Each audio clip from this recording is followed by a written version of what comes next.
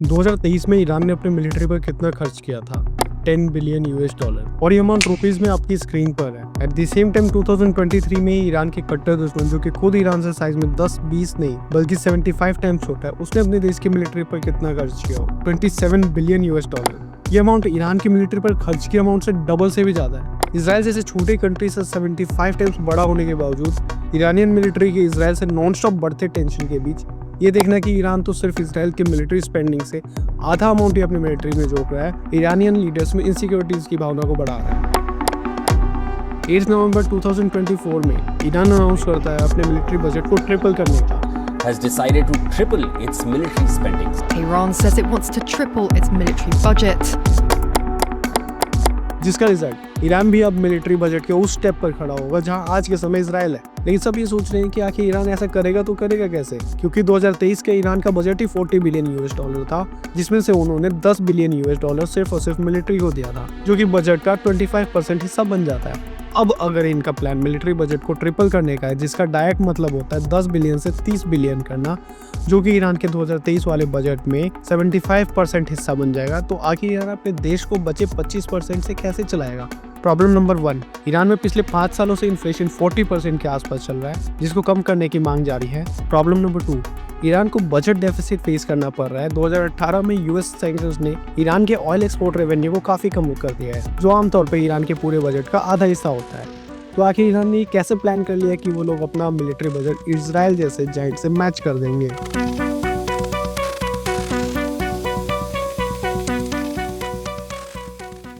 Middle east, Europe और east Asia में बढ़ती मिलिट्री स्पेंडिंग्स ये दिखाता है कि कैसे ये वर्ल्ड और भी बड़ी इनस्टेबिलिटी की तरफ बढ़ रहे हैं। पर आज हमारा ज़्यादा फोकस होगा ईरान और आसपास के रीजन्स में बढ़ते टेंशन और उसके साथ बढ़ती मिलिट्री स्पेंडिंग्स पर। ये ग्राफ ईरान की मिलिट्री स्पेंडिंग का ट्रेंड दिखा रहा है। ईरानियन हिस्ट्री में मिलिट्री बजट में सबसे ज़्यादा स्पेंड 1980 के दशक में हुआ था, जिसका कारण है कि ईरान इराक वॉर था। लोग इसको पहली गल्फ वॉर के नाम से जानते हैं, जो कि तब शुरू हुए थे जब इराक ने एक बहुत ही इंपॉर्टेंट वाटरवे शट अल सराब को सीज किया था। ये वाटरवे ईरान और इराक दोनों कंट्रीज के लिए बहुत ही इंपॉर्टेंट था, क्योंकि most of the oil trade यहीं से किया जाता था। लेकिन इराक के सीज के बाद ईरान इस रूट से ट्रेड नहीं कर सकता था। वॉर स्टार्ट होने से 1 साल पहले ही इराक में एक नए प्रेसिडेंट आते हैं, सद्दाम हुसैन, जिनको अरब नेशनलिस्ट माना जाता था। The newly appointed president has called his fellow party members to a meeting in a local theatre hall in Baghdad. His name is Saddam Hussein. At the same time Iran में भी Islamic revolution देखी जा रही थी, जिसने तख्ता पलट कर एक प्रो वेस्टर्न मोनार्की को ईरान से उखाड़ फेंका, और ईरान में शरिया कानून फॉलो करने वाला एक सुप्रीम लीडर बना, जिसका नाम था Ruhullah Khomeini. He controls media, he controls judiciary, he controls police, and he has his own economic empire. दोनों नेबर्स की अलग विचारधारा, एक तरफ अरब नेशनलिस्ट और दूसरी तरफ शरिया फॉलो करने वाला शिया देश। दोनों देशों के अलग विचारधारा के कारण गल्फ रीजन की फर्स्ट वॉर स्टार्ट हुई थी, जो कि 8 सालों तक चली। उसी समय ऐसा देखा गया था कि ईरान अपनी मिलिट्री पर सबसे ज्यादा स्पेंड कर रहा था, लेकिन ईरान जो अब फैसले लेगा वो मिलिट्री बजट के उस रिकॉर्ड को भी तोड़ देगा, जो कि गल्फ की पहली वॉर यानी ईरान इराक वॉर में थी।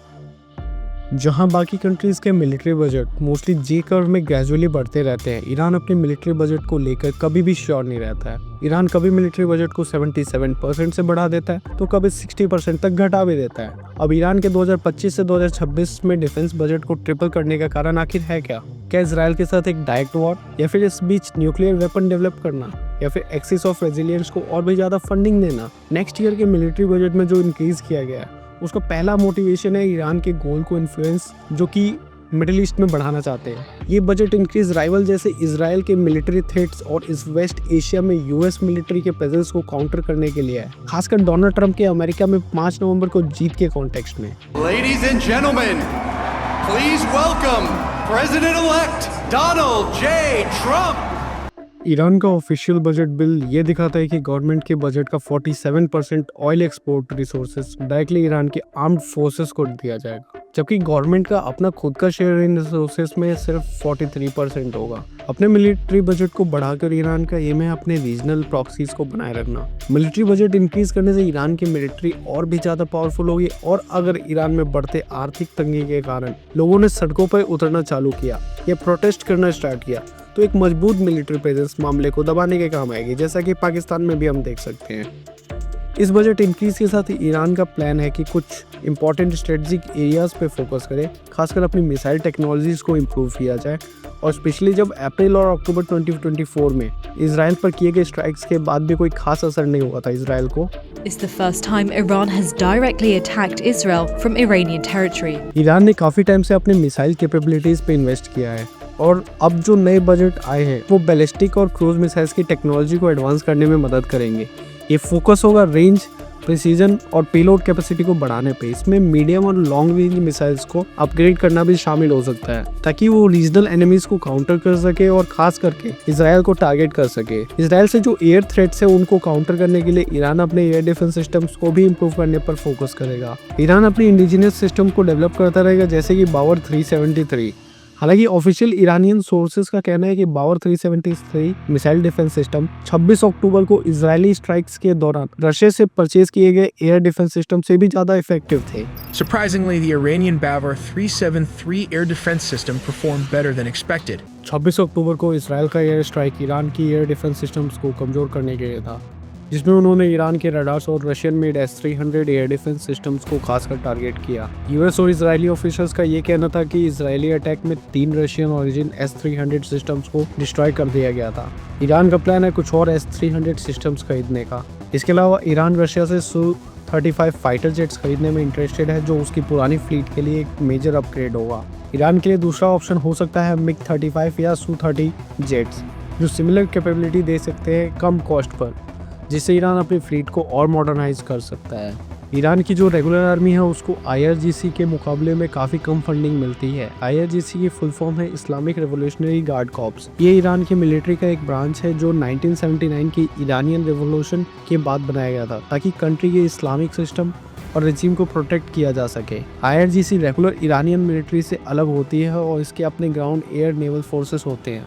3 गुना बजट बढ़ाने के बाद ईरान का प्लान अब नॉर्मल आर्मी को भी अच्छी खासी फंडिंग देने का हो सकता है ताकि रेगुलर आर्मी भी हाईलाइट में आए।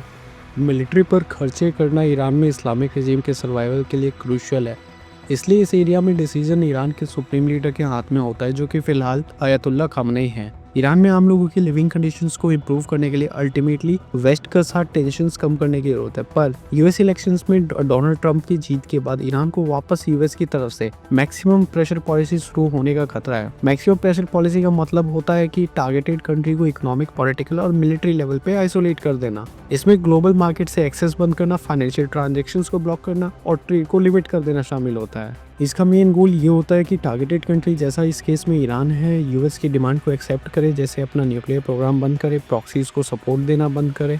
इसराइल के अक्टूबर के स्ट्राइक्स के चलते ऐसा पॉसिबल नहीं है कि Iranian supreme leader Islamic Republic के फोकस को मिलिट्री बजट से हटाकर कहीं और लगाए, जिससे आम लोगों के लिविंग कंडीशंस भी सुधरे। अगर आपको फ्यूचर में हिंदी में ऐसी ही जियोपॉलिटिक्स के अपडेट चाहिए तो सब्सक्राइब करना और इस वीडियो को लाइक करना ना भूलें।